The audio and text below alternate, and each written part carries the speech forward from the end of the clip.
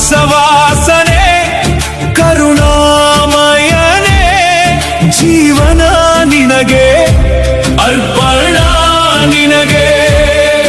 ಹಣೆಗಣ್ಣಿನಿಂದ ಜ್ಞಾನವ ಸುಡುವ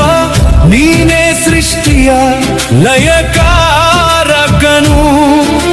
ಸೋಲದ ಮನಸ್ಸಿಗೆ ಧೈರ್ಯವ ನೀಡುವ ಶಿವನೇ ಪರಮ ಸತ್ಯವು ನೀನು ಸರ್ವವ್ಯಾಪಿ ನೀನು ವಿಶ್ವನಾಥ